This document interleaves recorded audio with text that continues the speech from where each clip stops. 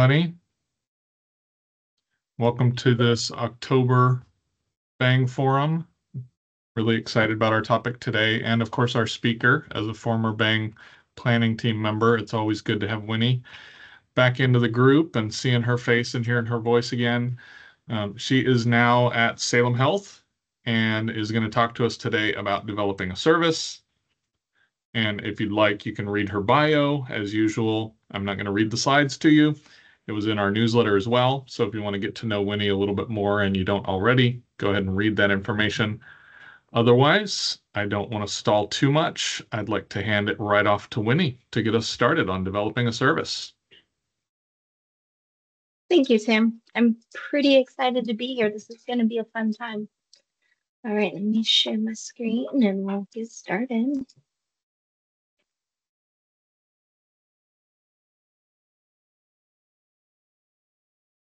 All right. Okay, so this is exciting. I do want to have a intro here that kind of starts with, yes, the title is developing a service. There are going to be some pieces in here, though, you'll be able to apply to your regular work. So many components of developing a service is going to be applicable to regular tasks, interacting with other teams. So I'm really hoping you'll be able to take bits and pieces of this and apply to your line of work. So hopefully don't get too hung up on the title.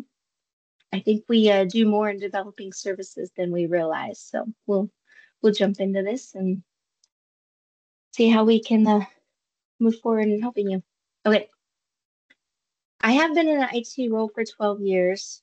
Business analysis has been a really big part of that. I did go to Portland State University to receive a business analysis certification. Definitely seek to strive an IIBA certification soon. But I have to say that even though I come from an IT background, business analysis touches everything, including launching services, whether they're IT related or not. While at the data center, I did launch 3 services. 2 of them were available to all state of Oregon government, whether it's counties or state or city, you name it. And so that made for a really fun process getting to know government outside of the state. And then a little bit more personal about me, because I've tailored this presentation just a little bit to some things that I know. I do have 8 kids. It's a huge family. We have a lot of fun. And I actually apply a lot of business analysis methods to my personal life just to keep the chaos down, keep things a little bit more organized. So hopefully you'll take bits and pieces of this and even apply it to your very own home. So a service, we often think of a service as something that has a monetary exchange, something that we sell to a customer. Basically, I'll pay you to do this for me. Services, though, they don't have to involve money at all. It's basically an exchange of support or doing something for somebody else. And that can happen between divisions, within an agency, or even between teams. I feel like you do this more often than you think. It's just not something that we put in front of us, just something that we really consider. Some examples of this, when I was at the data center, I spent some time on the solutions team. A request would come in from a customer for a service that does have a monetary value. However, I was focused in on the request and helping the customer with the request, making sure it was packaged correctly with all of the requirements, all the necessary information, making sure everything was considered. Once I packaged everything up for that request, then it went to the next IT team within the data center. That's a service that I provided to another IT team, which had no monetary value at all. I was helping the process. I was providing a service by completing some pre-steps, doing some preparatory work, and then handing it off. It made the whole process a lot smoother for the customer and for the other IT teams to make sure everything was buttoned up and squared away. It also provided a service to the customer, being a liaison where I'm able to speak in the same terms a customer can speak and understand, where the IT teams sometimes get really technical. They know their systems very well. So that's an example. I was providing a service to both the customer and the other IT team. I've also seen where a big effort comes out. I know for the state of Oregon, the biennial budget review is a big deal. There's a lot that goes into funding, budgeting, planning for budgets, governor approved budgets, legislative approved budgets. I mean, there's a lot. You have to have that based on something, right? So one of the services that some of you may be involved in is collecting enough key information, trending, and forecasting to give to the financial office or the budgeting office so that they can accurately handle budgets. That's another service that you're providing. You're doing a lot of work, you're building valuable information, you're putting it together in a comprehensible way, and you're handing it off to somebody who needs that. They're going to take that and they're going to use that to further their business as well. So they really needed what you have to offer so that the work that they produce has high integrity. Here's another example that some of us may not think about. Let's suppose somebody is getting in trouble with the law. They commit a crime, and the ultimate result is they're going to lose their license. Their license is suspended. There are a lot of parties involved in that process, like way more than any of us can think of. So first, the person commits the crime, and then you have law enforcement that responds. Maybe it's state police, maybe it's city. So now that agency is involved, they have documentation they have to do. They have to follow procedures and steps. So one of the services they're providing is addressing the crime and perhaps detaining that individual. Once they're detained, you take them to the jail. Now you have a whole nother group of people involved at the jail with processes they have to follow, data they have to collect. They collect the right kind of data to pass on to the judicial system. The Oregon Department of Justice and the Judicial Department are both going to use this information to process the criminal case. After they collect all of the information, that is then going to be sent over to DMV and ODOT to notify of a suspended license. You have attorneys involved that are appointed. You probably have parole and probation involved. That's a whole nother entity. And insurance companies pull this information so that they know how to provide their service. They have one event that ties into all of these different groups, and each group is relying on another for information, for a process, for a procedure. That's a service that we're providing to each other. If we have a gap in that service, if we have a gap in the data that we're collecting, if we miss something in our system, miss something in our requirements, that could heavily impact the next person down the road. Kind of a extreme example there, but a good example of how big this can be. And Tim, be sure to interrupt me if any questions come up. I'm not looking at a screen that shows me. No problem. I'll keep an eye on it. Thank you. Yeah, I guess I should say to the audience here, feel free to chime in with questions at any time you like. All right, so some of you are thinking you don't develop or launch any services of any kind, and I would expect that. Being part of the bank planning team, I've seen survey results and I understand some of your positions, and that's okay. I'm still hoping that you'll find some of the key points in the understanding in developing a service that you'll be able to take back with you. Maybe some revelations, or maybe it'll pique your interest. So hang out with me, make it to the end. Pick and choose what is going to be applicable to you. Feel free to ask questions. I think for some of you, you'll be looking at this in the perception of what you provide to your teammates or maybe other divisions within your agency. Some of us provide services to other agencies. So just look at it through the lens that you are working with. Okay. Now, business analysis. I love business analysis. I think that's pretty obvious with how much work I've done with the Bang team. As soon as I learned about business analysis back in 2014, I was sunk, man. I love this stuff. So hopefully you'll find as much excitement in it as I do. For developing a service, these are some of the ways, or I'll provide some examples or some ways that we use business analysis to help launch or develop a service. For planning and monitoring, the big one here is calling out how are we going to build the service? What does the proper planning look like?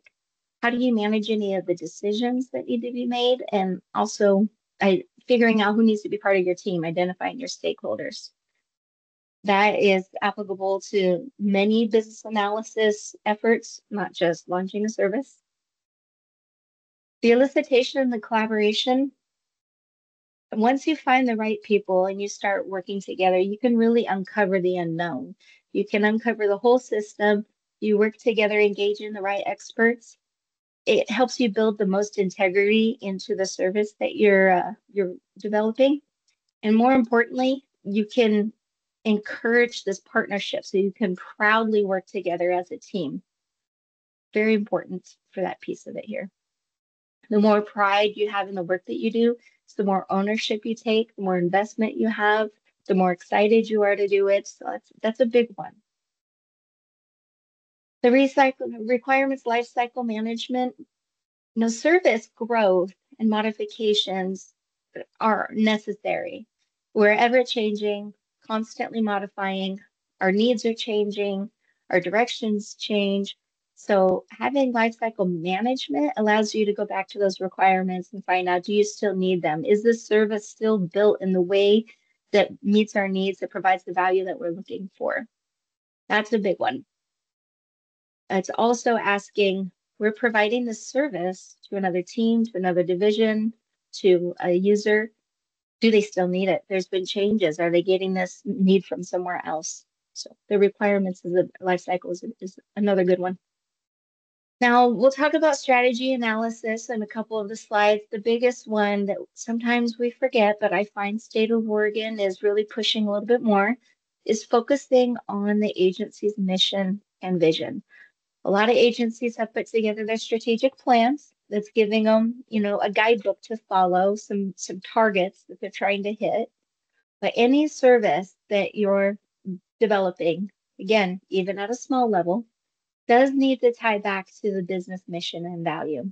I'll have some examples for you. I'll get a little bit closer as to what that looks like, because sometimes you think, no, I'm only just providing data to this other team. How does that have anything to do with my mission or value or vision? It really does. It does tie back. And then solution evaluation, something that does have to be done every now and then, even after you launch it, is trying to figure out, is this still the right way to handle this? Is this still the right solution? Are we providing the value we had planned on providing all along? Looking back and finding, well, we made some assumptions when we built this service. Did they come true? Are they inaccurate? Do we need to look at that differently? Also, if you are doing any proof of concepts or pilots, you'll be asking yourself, was that valuable? Do we need to move forward with this? What changes do we need to make? So definitely applying the BAWBOK knowledge areas to launching a service, developing a service. And you can also use many of these knowledge areas in your own line of work to interact with other teams as well. Okay, so this is kind of funny. Well, okay, not so funny yet, but the next slide is really great. These are the key considerations that we take into play for launching or developing a service. Now, a service development process looks very different for a private marketing company who is trying to sell a product or sell a service to you, much different than it does for a government. Now, the government does sell services. I know that there's some revenues out there. but it's still like launch is different. We have different procurement guidelines. We have different laws that we're following. We have different public disclosure of information. So it does tend to follow a different path when you're working in a government sector. Regardless, these are the high level considerations to think about. The slides that I have follow this list, so we'll dive in a little bit deeper to these, and hopefully, might pipe in with some questions if any of it's confusing. ITIL is the IT Information Library, and it has a fantastic process for launching a service with several templates, guides, complete process flow. I would recommend that if your agency or business is launching a large service, maybe has 500 users or more, maybe it involves 5 or more teams or other agencies, I would recommend getting into the ITIL and pulling the service launch flow that they offer. If you're on a smaller scale, you're staying within your agency, then what I have to offer here should be enough to get you moving forward. Really pique your interest, motivate you to learn more. It should be enough to really help you along. Maybe think of some things you wouldn't normally think about. Right. Okay, I decided to use the Ride ATV Oregon program as an example. Now, I did not launch Ride ATV Oregon. It's sponsored by the Oregon Parks and Recreation Department, and it is not mine. I did not launch the service. I am using it as an example. It's something I'm very familiar with. When I have a lot of children, we ride a lot of dirt bikes, and they like to bring their friends. I have been through this training course so many times with these children, and trying to get them to pay attention for the 2.5 hours of online training is insane. So I could probably recite to you everything in that training book, in that online training program. So I decided, because of familiarity and it was really well planned, I would go ahead and use this as an example. Okay, the Ride ATV Oregon website and training program, the licensing program, you could call it licensing, call it permitting. It is something that you have to achieve in order to go ride an ATV in public lands, publicly accessible lands. Whether you use the term licensing or permitting, it's the same output. You're authorizing somebody to do something. You could take some of this information and apply it to your own licensing systems. There's a lot of licensing that happens in the state of Oregon. There's a lot of divisions that's the only thing that they do is license massage therapists and make sure they stay licensed, or realtors, or on and on. There's a lot of licensing systems. So some of this you'll be able to apply to your own business. All right, so what is this service? It is providing an ATV safety course for those riding on publicly accessible lands, and it's to help them ride safely, both for the rider and to safely protect Oregon's resources. Now, the scope of Ride ATV Oregon, that's going to include the licensors and the licensees. So they're heavy partner or heavy parts of it. You also have your instructors, and what qualifications are they going to need? That's a big one. Also, locations. Where's the hands-on testing going to take place? The online coursework, what's going to be included? How do you know it has the right information? Sponsoring businesses with that. And there's also other things in scope that have to be considered. Does the instructor need to know anything about the ATV that the rider is bringing to the hands-on course? Are there some requirements? Does it need to pass a safety check? What's the minimum age to ride an ATV? That's in scope. Are you too young? Is there too old? We have to figure that out if we're launching this service, right? Definitely approach the development with as much curiosity as you can. Starting with your curiosity is who. I just spent some time on the previous slide mentioning different people involved. These are some of your stakeholders. There's more than what I listed, but that was some of them. And when you're considering your target customer, which is the ATV rider, you have to ask yourself a lot of questions in launching the service. What language are we going to produce this service in? How old should they be? If they're going to be young, what kind of syntax are we going to use in this online training? How are we going to deliver this information to a 7-year-old? How can they comprehend it? That's a big deal. What information do you need about the licensee, about the rider? What if they're under 18? How much parent information do you need? Do you need to validate their identity? Because it's really hard to not validate, but verify identity of a child. And what if they're from another state? Does that have any weight or, contingencies on this? And then you're going to ask yourself, for the secondary users, who else is using this information? A sheriff might need it. Parks and Recreation is going to need it, which is why they're the so-called owner of this data, this program. What about insurance companies? Do they need to know that a rider has passed the safety course? What about your U.S. Forest Service rangers that are out there monitoring some of the federal lands? What about Bureau of Land Management, which is private? Do they need to know? There's a lot of people involved in and even just this program alone. So think about that in your own line of work. Who needs involved? How many people is this service, this data that's produced by the service? How many people are involved? The big one is private companies and state government. Who is going to manage the data? Sometimes we do use a private company to host websites. We have one that processes payments for the state of Oregon. How do you get them involved? What are their requirements? Now, I included a link here to a YouTube video, and this is for Journey Maps. It was presented by Kelsey Lunsman last year in 2023.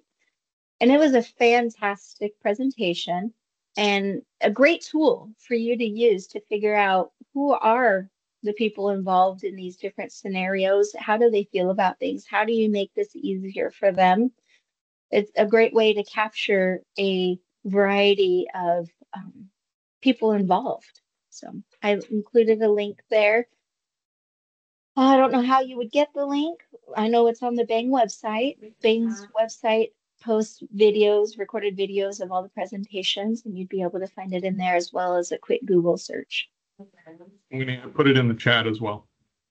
Thank you. All right, so we talked about tying back this service to the mission and vision of your agency. I have shared with you here Oregon Parks and Recreation Department's mission and vision. This entire service needs to tie back to the mission and vision that's here. So let's look at this real quick and kind of tear it apart a little bit. How in the world would an ATV rider permitting service provide or protect Oregon?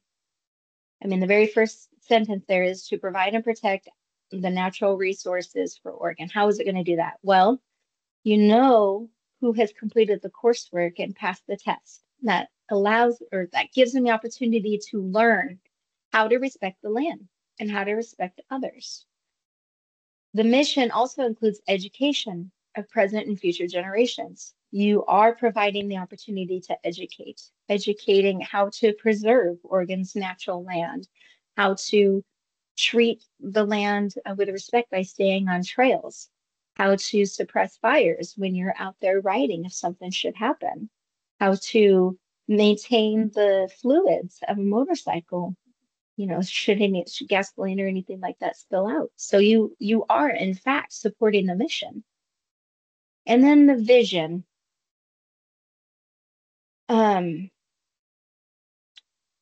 One of the key parts here to the vision is protecting Oregon's land by setting an expectation of respecting the land. The greatest experience while creating a stable future funding that funding is a key word, something that a lot of state agencies, I guess I should say all businesses revolve around. The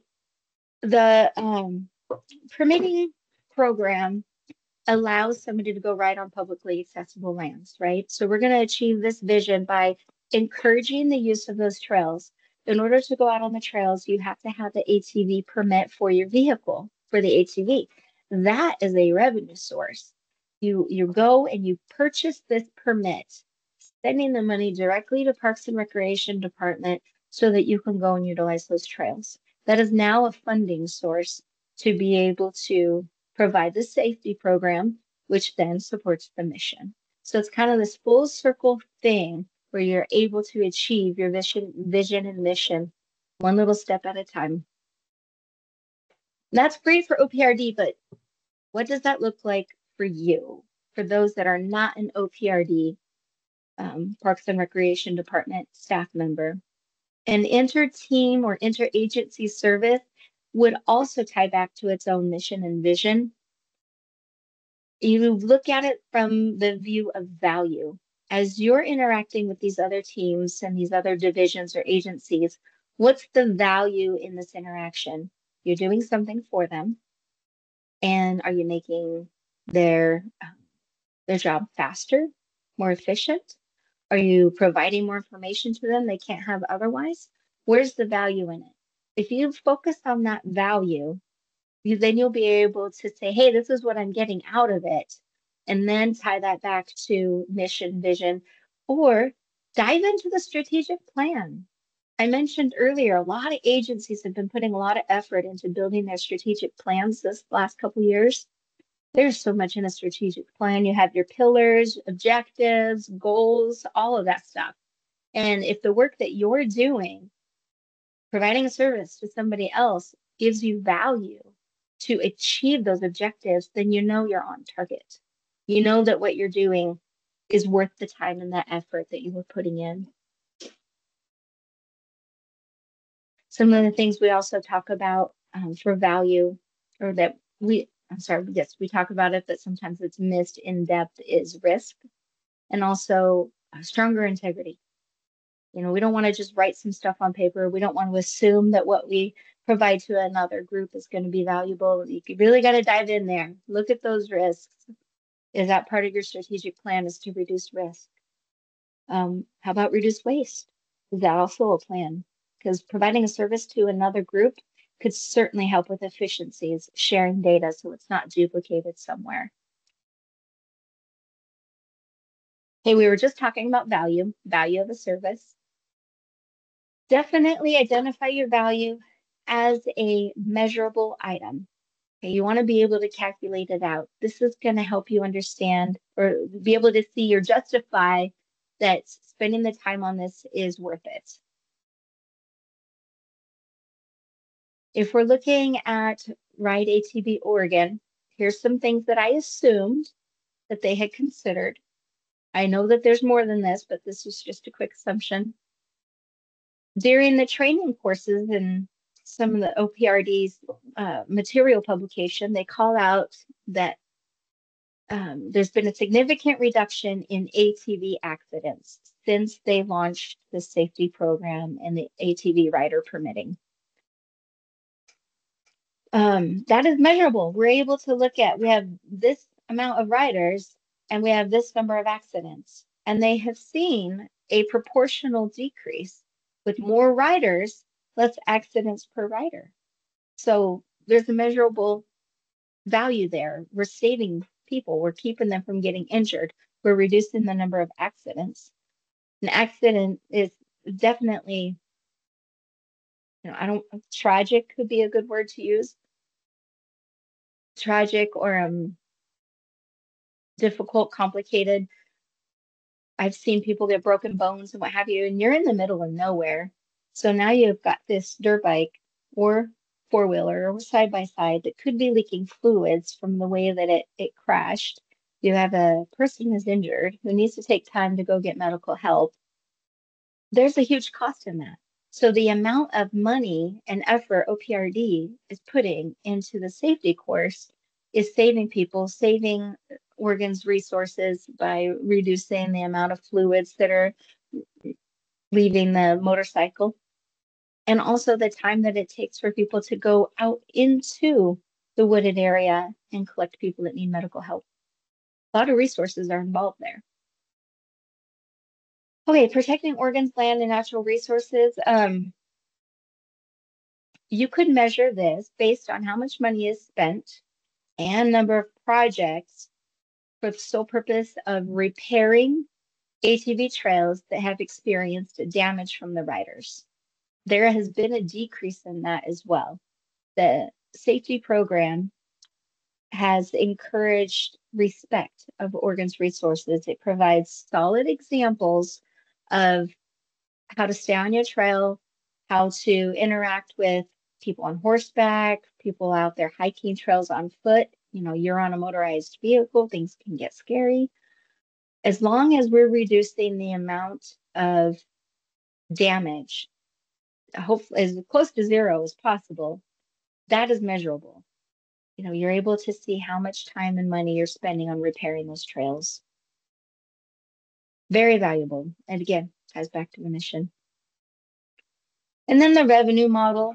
I know State of Oregon loves looking at all those dollar figures, so you can use that as measurable value. Let's take a look at how much money is coming in on the ATV permits for the vehicle itself. How much is sold annually? Does that tie back to the number of riders that are permitted? You could use some statistics in with that as well.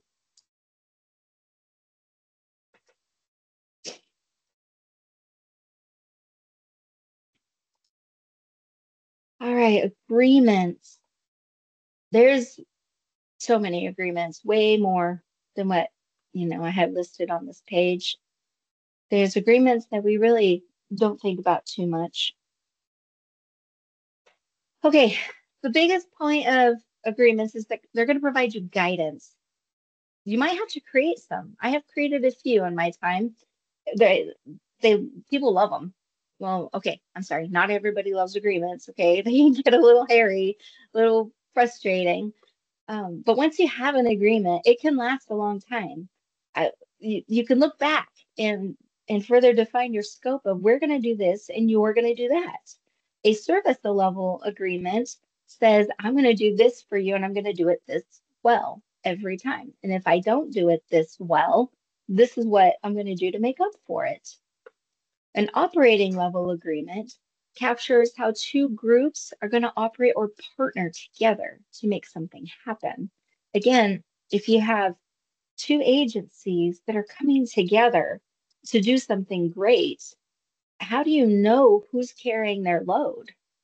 You know, one agency might have access to tools or data that the other one doesn't, but the other one, the second one, needs that information to get their portion done. You're operating together at that point. You're building this partnership. It is very helpful to capture that in an agreement. You know, you have leadership changes, staff changes, tool changes, direction changes, customer changes, and being able to come back and look at your agreement and say, this is what we agreed to do. You're developing a service.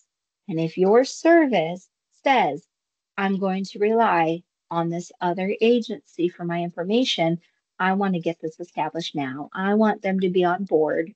I need them to be okay with providing what I'm asking for. So operating level agreements, they can look as big or small as you need. You can have them between teams as well, and it doesn't need to be big, some big fancy multi-page document. DAS has produced lots of templates. I haven't checked to see if they have an operating level agreement yet, but it's really easy. It's mostly calling out scope. I'm going to do this, you're going to do that. Just start somewhere with this agreement. I'm going to collect this information regarding the services that have been utilized over the last 2 years. That's my portion, and I'm going to provide it to my finance department. The finance department will use this information to customize a budget for me to help support me for the next biennium. They're going to represent me in financial meetings. There's an agreement here. Hopefully you're making each other look good. You produce enough integrity into it that it's valuable for everybody. Now, regulatory program compliance. Some of you may not know what programs apply to your company. Almost every agency has a program that they have to align with. Personally identifiable information right there. If you're collecting information from somebody, you have to protect that information. So the regulatory program compliance offers a set of requirements that you can use to develop your service. It sets out how to handle this information, how long to keep the information, who has access to the information. You can just go through the whole list of requirements, the whole list, and go through and see, okay, you know what? I can handle this one. That requirement I can satisfy with the service I'm building. Now this agency doesn't need to find another way to address this particular requirement. Again, I mentioned in the BOBOC knowledge areas, the requirements management, requirements lifecycle. It's something that will forever be developing. Regulatory programs, they change, their requirements change, what's expected of the agency changes. So you get to go back, find out this is how we met this requirement. It's changing. So who do I need to go back and talk to? How does it need to change? Who needs to approve it? Apply all of the knowledge areas to this stuff. Okay, procurement is the process to acquire a product or service, to purchase something. What I like about procured contracts is they usually capture the vendor engagements. They can capture the terms of the service if there are any, so that you know the boundaries of what you're receiving from that contract. If you're getting these needs met, these requirements met from this particular contract, that's one thing that you can cross off your list. You don't have to worry about incorporating in your service. Something to bring home to maybe what your agency is doing is handling money, handling online card payments. That's something that quite a few agencies are doing. You go and you license somebody for a field of expertise. They pay for that license. You have to receive funding for that.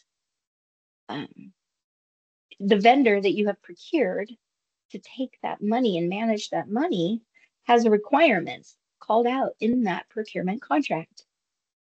You'll be able to look at that and say, this service is going to use this procured contract, which has these requirements. These service level agreements are listed in here. This is how we're going to mitigate any risks that are going to come up. It's all lined out in there, should be anyway. You know that you can mark off your requirements as met with that. So dive into those, see how they help you. And then laws. There's so many laws. There's a long list of laws. There's help to interpret and understand the laws.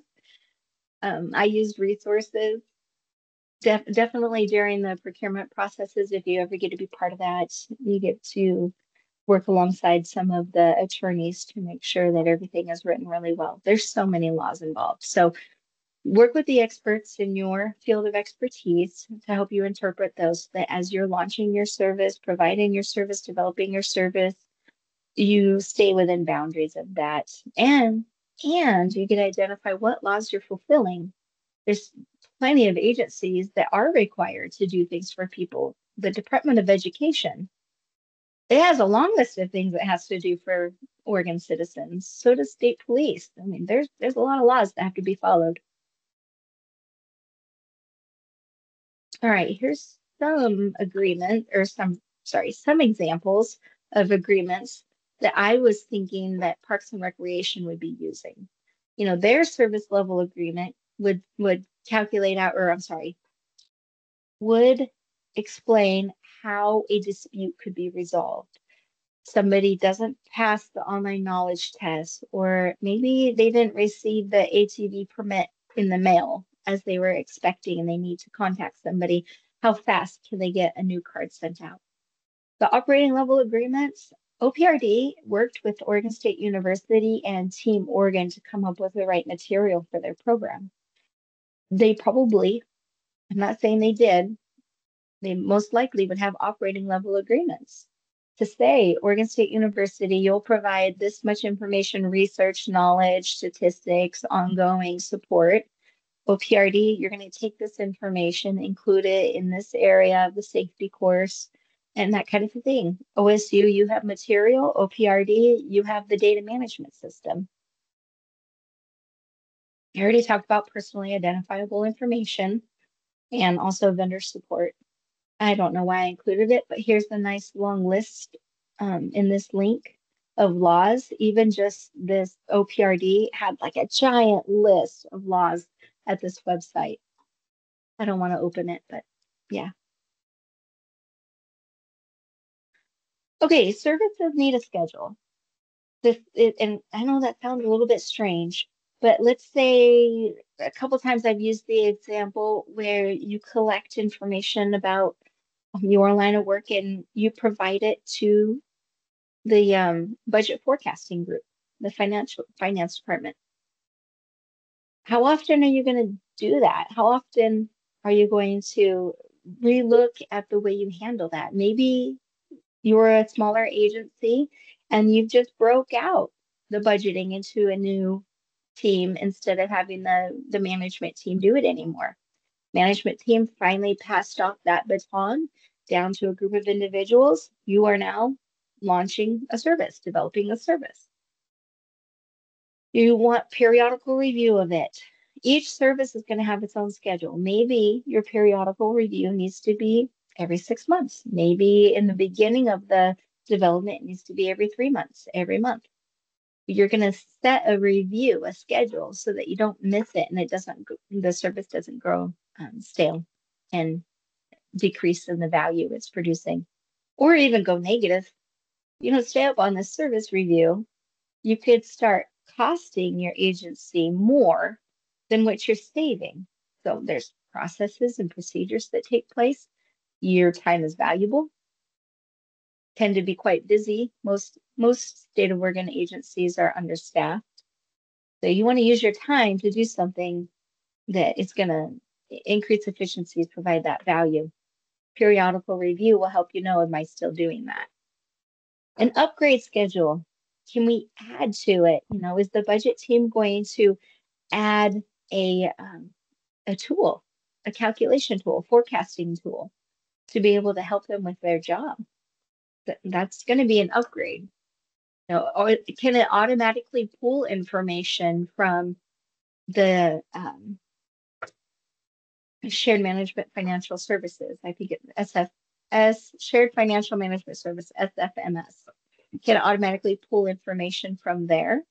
That's an upgrade to be able to automate some of the steps that are in it. And then here's another one, service retirement. That is not talked about as much, but I believe it needs to be. How long are you going to keep the service going?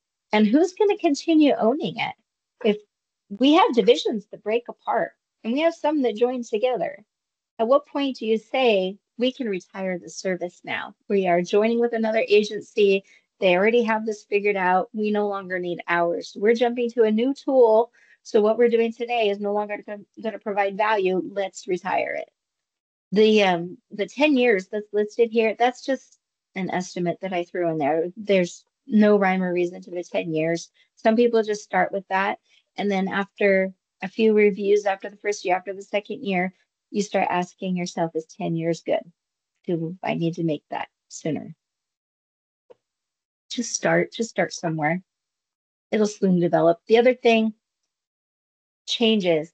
There's so many leadership changes that happen in the state of Oregon, and a new leader has tremendous impact on services that are being provided.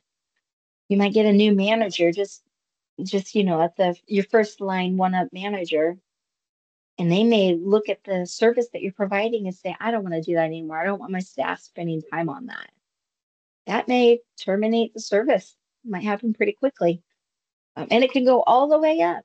We've got, anytime we get a new governor or a new state CIO, they can make changes into the services we're providing. They can stop providing network services to non-state agencies. They could I don't know, they could make changes. Or what we have seen in the past is they say, I want EIS or these other agencies to start providing this service to the citizens. You got to start all over in a service launch, a service development, and achieve those.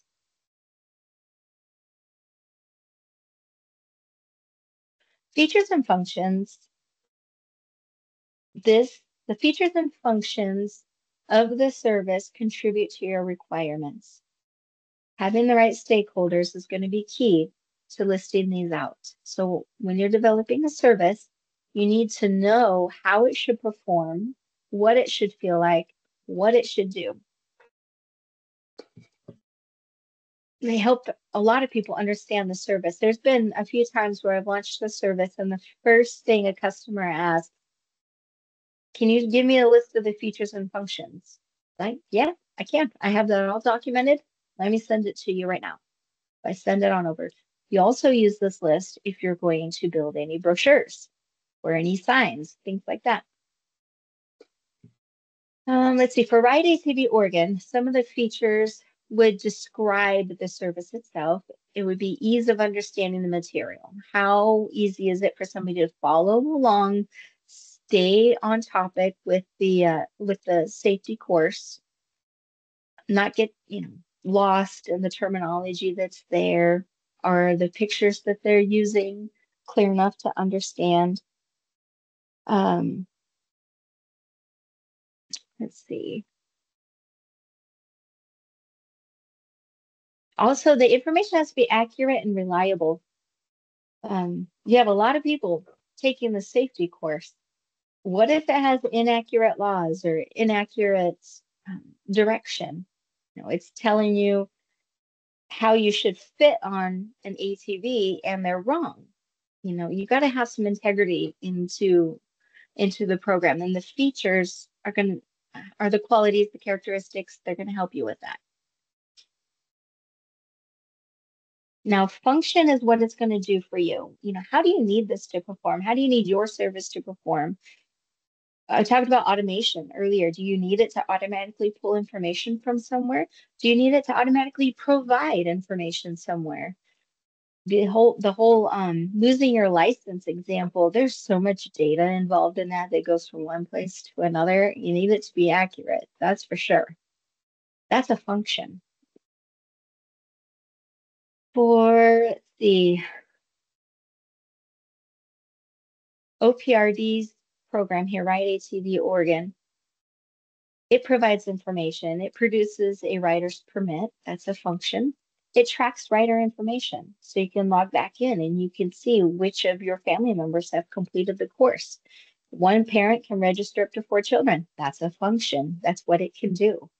Maybe one day it'll upgrade to 8 children. That'd be great for me because I have 4 kids and my husband has 4 kids on his profile. So 2 different profiles. It can administer knowledge tests. It can keep track of the scores from the riders taking the test. Does it offer a retake? Can you do that? That's a function. Bringing this home to you and the work that you're doing for like maybe an inter-team service, you do need to ask yourself, what am I going to do for this other group? That's a function. How you do it is going to contribute to your requirements, but the characteristics of what you're doing, that's your feature set. So I'm trying to think of an example. I know I've been using this budget example for a while for forecasting. How are you going to provide the information to the budgeting staff? Is it an Excel spreadsheet? Is it going to be automated? When I helped the data center with that, I had to log into like 4 or 5 other programs, and I had to extract the information, and then I had to make it understandable, comprehensible for the budgeting team. So I had to take the information, I had to change it a little bit, make it into something that they could use, and then send it to them through email. That's a service. That's a function that I'm doing. Now, the feature is that I gave it to them in a way that they can understand it in a usable format. That's a feature. The function is that I gave it to them. So ask yourself some really good questions. Is providing information a common function of what you're doing?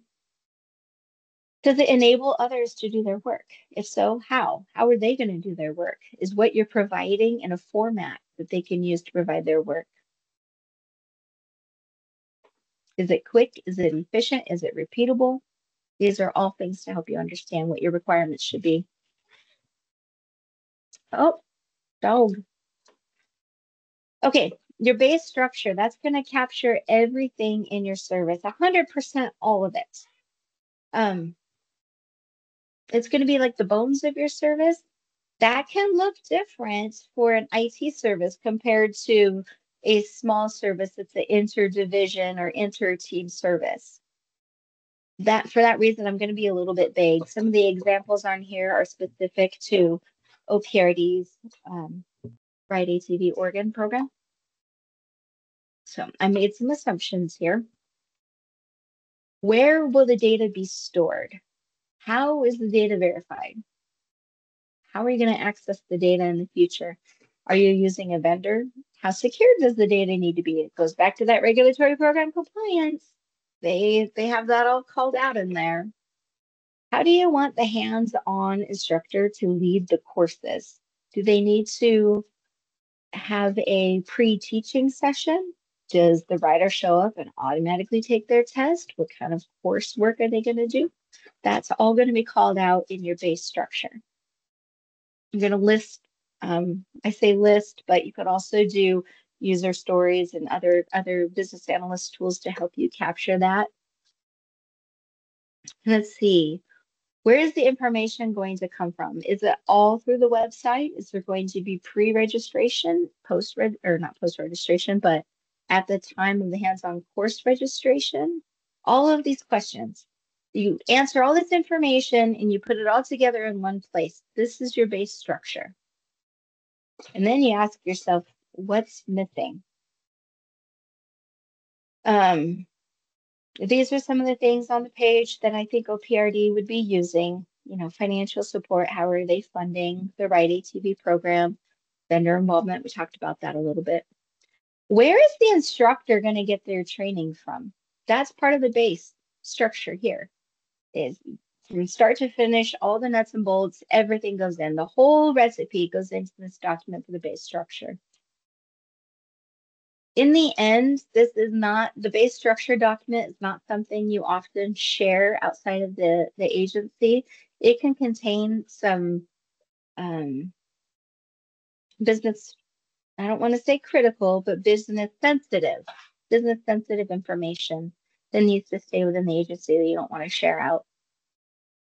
Okay, so what's missing? After you get this all together, you can take an analytical look at it and see if there's anything that you need to add to it. Now for you, an inter-team structure, inter-team service, you can ask a lot of these exact same questions. What tool is going to be used? How am I going to share this information? How does it need deployed to other teams? Do they have access to the same tools that I do? Do they have access to the same data that I do? Who's going to pay for what? All of this stuff is going to go into the base structure. To be honest, this is, for me, it was a really boring step. It was really hard to put it together because I had not much motivation in it.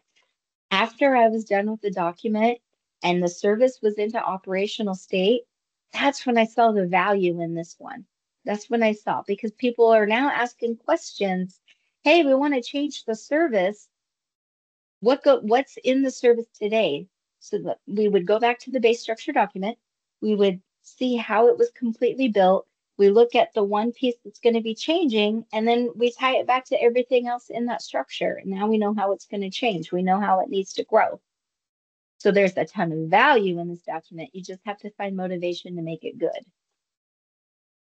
Not everything in the service development is fun. It's true for most work tasks. Okay, sponsors. Sponsors is a fun word. I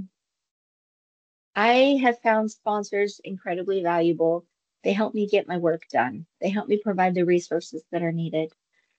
If you have a large service that you're launching, you're going to need a lot of resources. If it's a small inter-team service, you don't need a lot of sponsorship. The sponsor can be the people involved, or how do you want to say? The owner of the service could be. I'm thinking back to when I was working on the solutions team. I would help a customer, they'd submit a request. I'd help package up the request, get it all ready for the next IT team. The sponsor would be the receiving IT team. They're the ones that are going to approve any of the work that I was providing. They would come back and say, no, we're missing this bit. Please handle this step too. That's the information we need. These are the requirements that need to be met. I would go through, document that information, make sure that the information I'm collecting from the customer is the right information. And then the sponsor gives it its stamp of approval. Yep, that looks great. That's what we need. That's exactly spot on what we need. So you do need to have an identified sponsor, even if it's just a team lead or low-level manager, or it could be all the way up. Maybe you need state CIO sponsorship. They're going to support your work that's being done, and they're going to help maintain the service. Another one, a sponsor can help overcome obstacles. Maybe you need a tool to handle something. They should understand the process to get that tool, to acquire it. Or they can help you find out who else has that tool, and maybe you could just gain access to it. A sponsor could be a huge key to your success. All right, consider creating a steering committee for larger service deployments. They should be made up of various leaders and also subject matter experts from multiple disciplines that are associated with your service. Representation from the multiple stakeholders group is also good, having a user in there, having a secondary user, having a provider. Everybody could be involved. If you need to have smaller steering committees, you can do that too. Presentations, that's a big one. I remember doing a lot of work in the service launch. The amount of work varies, based on how large the service is, how many components are in there.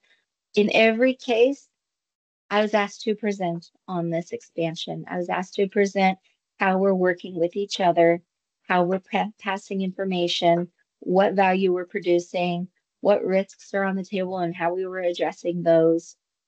I had to present on all of that stuff. Having a presentation ready to go, and maybe more than one, depending on your audience. Maybe you have a presentation for state leadership and you have another one for the users. Having that ready to go is going to help you be prepared for those questions, offhand questions that pop up pretty regularly in the middle of a meeting or different events. Make sure you're using language that is receivable by your audience. That's another business analyst. Well, I guess that's a key point in a lot of different business programs, the PMBOK, the BABOK, other programs too. All right, managing a decision log. A decision log is going to track who made decisions about what. This has a ton of value. Can you imagine in 5 or 6 years, you have a new manager, new state CIO, or a new agency CIO that comes in and goes, why are we doing it this way? What happened? Who decided this? Where can I get more information from? Your decision log should be able to track that. It says this person made this decision at this date and time for this reason. Now you have a name. You have somebody you can go back to, say, hey, this is the service. This is where we were at, the requirements, the scope, and we have tracked that we made this decision on this date.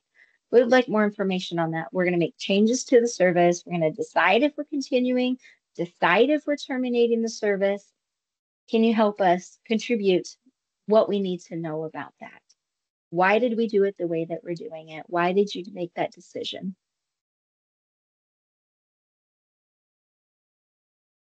And then communications, creating a communications plan, again, is really common in project management, but it's also helpful for the business analyst who is trying to launch a service.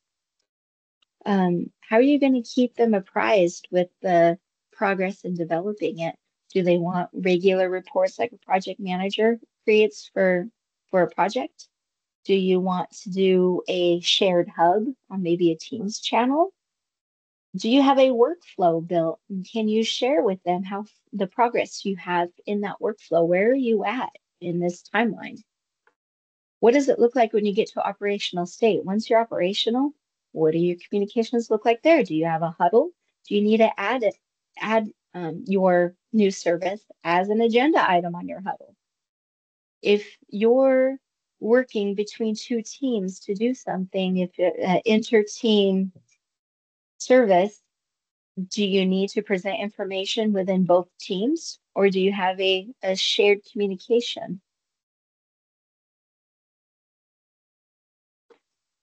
Okay, here's some other things to consider. Expectations of the customer. What is it that you need the customer to do for you?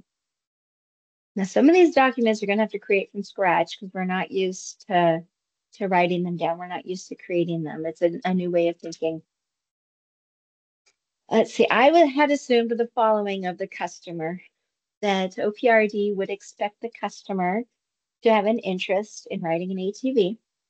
How about they're aware of the requirement that they need to complete the course? I mean, they're at Write ATV Oregon's website. They must be there for a reason, right? So I expect the customer to know they need to be here to take this permit or have some affiliation with it.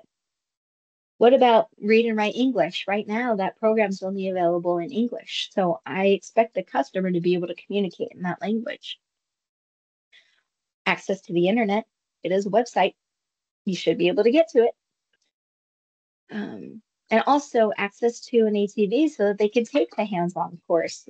Write ATV Oregon doesn't provide ATVs. You have to bring your own. So my expectation is the customer is going to do that in order to achieve their permit. Now, what does the customer expect of the service?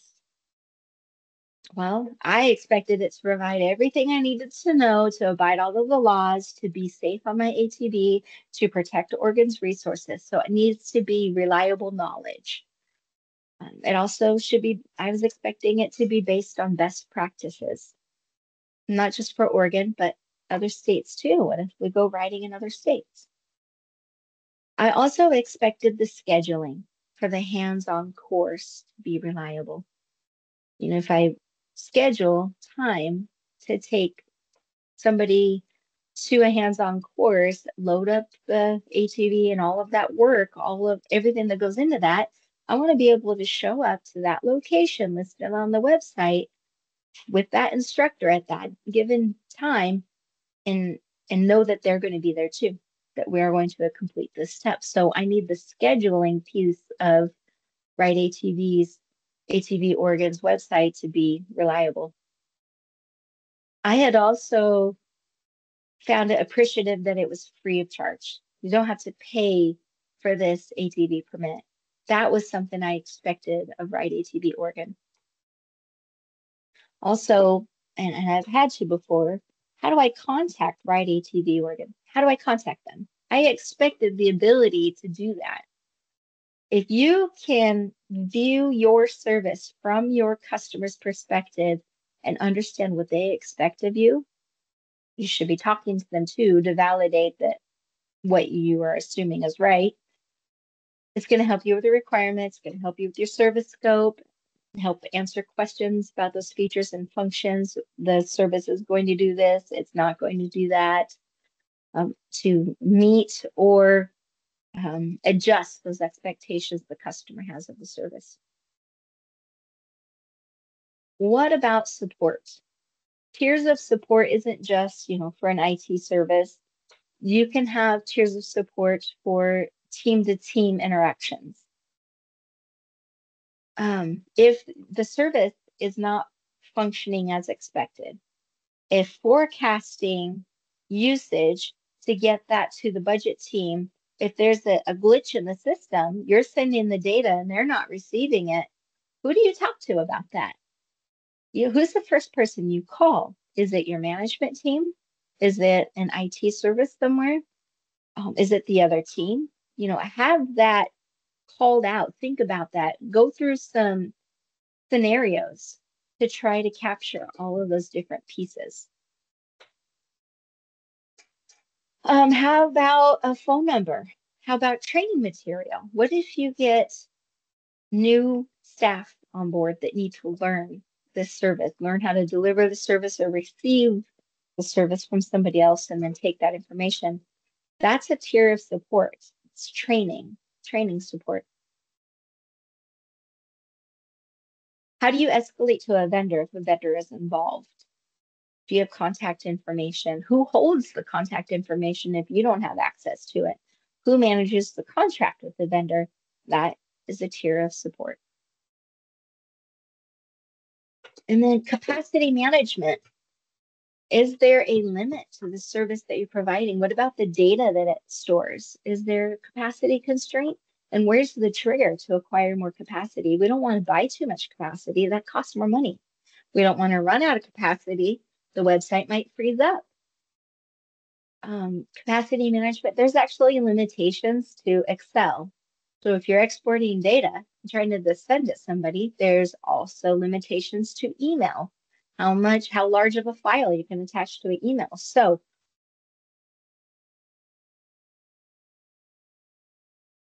to that.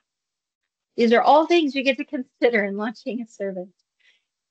Some of these things, if you're doing a small scale service, they might come to you naturally. You might figure them out as you go. You have a little bit more flexibility in how you're addressing those. Service brochures and marketing plans. That again sounds like a very private sector thing, but the state actually does use them. I'm thinking of the employment department. They provide a lot of material to the general public for the services that they provide to the citizens. Those are like brochure type things. Like, hey, you can come to WorkSource Oregon's website and you can apply for a job. You can include, how you do that, how you log in, the type of information, type of jobs, all of that stuff. Ride ATV Oregon, they produce brochures, signs, and other material, and they distribute them at the ATV trailheads, at the places that you buy an ATV permit. So there's different stores. You can also do it online. They have information they can provide. As a part of your service development, you create these documents as well. You're ready to advertise that you have the service. Talking inter-team or inter-division services, again, you can have something that says, I'm thinking of DAS Publishing and Distribution. They advertise what services they offer to other agencies. DAS Fleet, they advertise what they offer to other agencies as well. And then financial planning. That's another piece to consider. Ride ATV Oregon, they receive funding from multiple sources.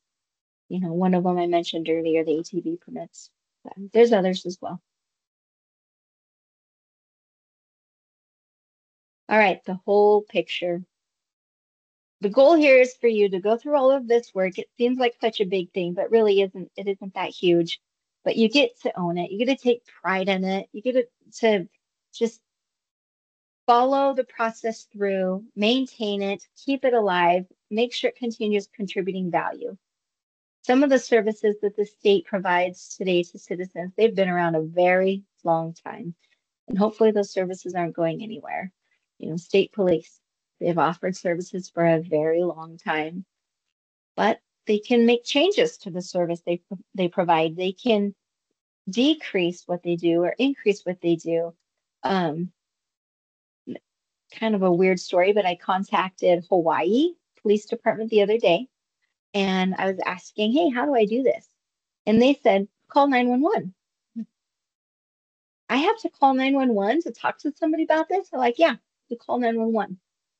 Well, that's weird. This isn't an emergency. But that is how they are providing the service to get what I needed, is calling 911. Now, I couldn't call 911 because if I call 911 here, I get sent to a local 911 call center, not one in Hawaii. So I was able to find a normal phone number for 911 in Hawaii, but that's that's part of the whole picture here. What does it look like for everybody? Be proud of the work you're doing. That's so important. Everybody can see and feel that. Giving care and attention to the service that you're going to create and utilize, it's going to improve efficiencies. It's going to produce value as you intend. If it's not producing the value, if it's not efficient, keep working it, modifying it until it does. Step back and ask questions, approach it with curiosity. You have the right stakeholders. You know, got to look at everything. I like to create system diagrams. I start in the beginning of the process, I modify them as I go, and in the very end of a service build, service development, you should have these really nice system diagrams that capture everybody involved, where the data is getting sent and received, who's managing the information, what's produced in the end, where are you in the system? Where are your partners in the system? When your partner changes, you know, maybe they're currently a team and a new agency is getting built and that team is going to leave and go to a different agency, how does that affect the rest of the system? I also create a service packet when I'm done, and that contains everything that we've talked about. All the documents, all the agreements, all the diagrams, everything is included in that. You're able to hand this packet to your manager, to a customer, whoever you need to, so that they can learn everything they need to know about the service. I mentioned changes earlier. What happens if changes in leadership, changes in the system? You got to address those. And risks, let's do a risk analysis. You know, you're risking sending data over the network. You're risking, is it encrypted or not? You're risking sending it to a vendor. You're risking receiving payment. What if the payment that you've received was the incorrect amount? How do you get that sent back? There's risk in managing money. What about funding? There's risks in, what if your funding ends? What if you no longer have money to support this service? What are you going to do? Where is it coming from? All of that needs to be captured in your service. All of it needs to be put together. Include all of it. Okay, that's a lot about developing a service. I've gotten to the end of my slides here.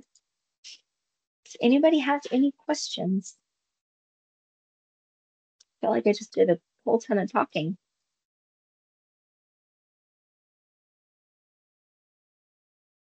It's kind of fun to talk about dirt bike riding.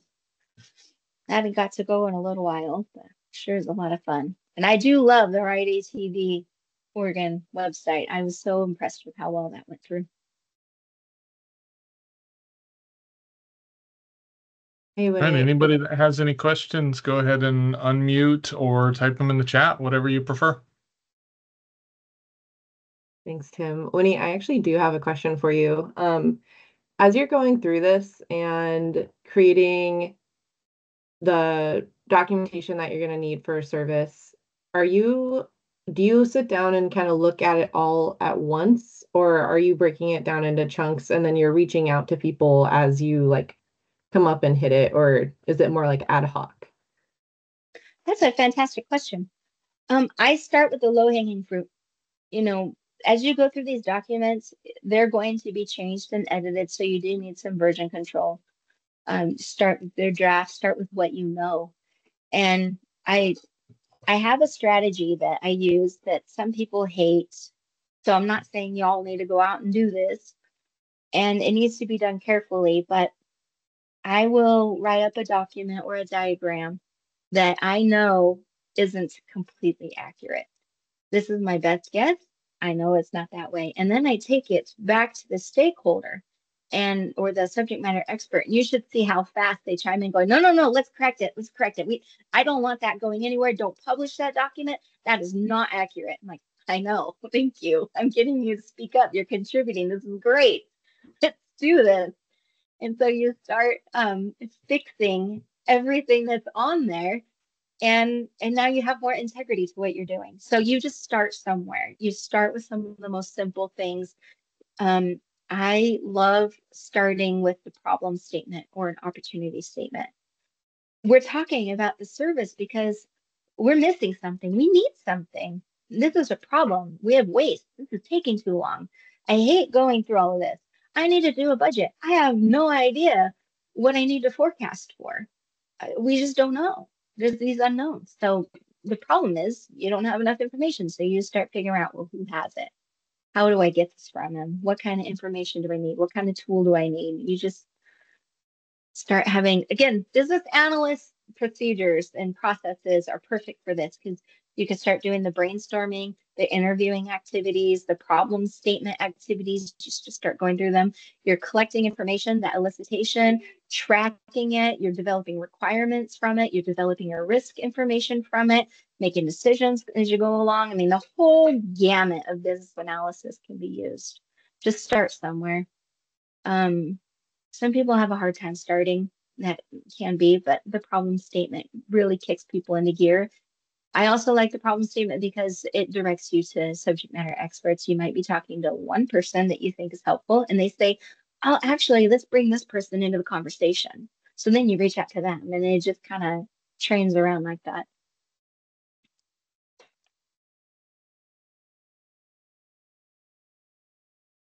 Any other questions?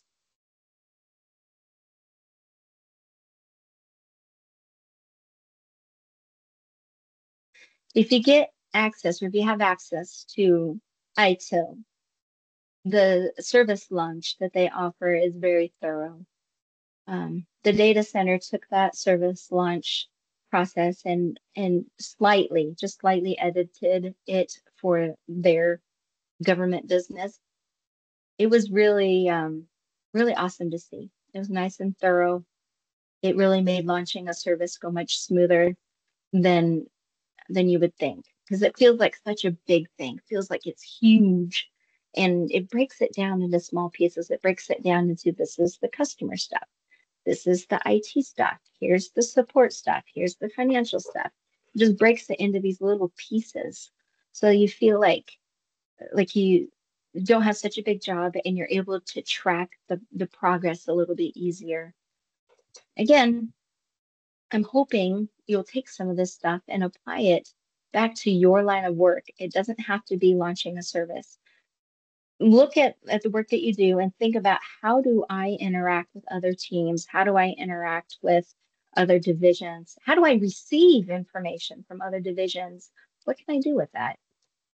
Especially if you're in an agency that does licensing. Oh my goodness, that is a huge world. Huge.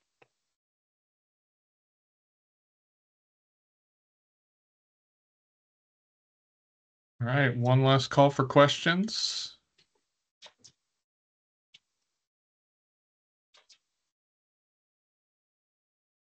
Okay, well, thank you again, Winnie, for joining us and for putting together that awesome presentation about developing a service. It hits pretty much right at home for me because I just finished helping my team document up their service catalog. So I could relate to a lot of the things that you were talking about today, which was awesome. And I think we did some things right, which is even better. You know, only a couple things, maybe. All right, so we are coming back together for the next Bang Forum in December. This one will be on a Thursday, the 12th. We are still trying to line up what our topic and our presenter are going to be for that. So if you have any suggestions, feel free to email us at theba.network@das.oregon.gov, and we will figure something out for all of you to come back in December, and we'll have a good forum there as well. As you know, we don't like to disappoint. Also, we did record this session. The recording will be up on our webpage, as well as the slides from Winnie's presentation within the next week or so, depending on how busy folks are that I need to kind of leverage to get that work done. But it will be up there. All right. Thank you all for joining us. Thanks again, Winnie.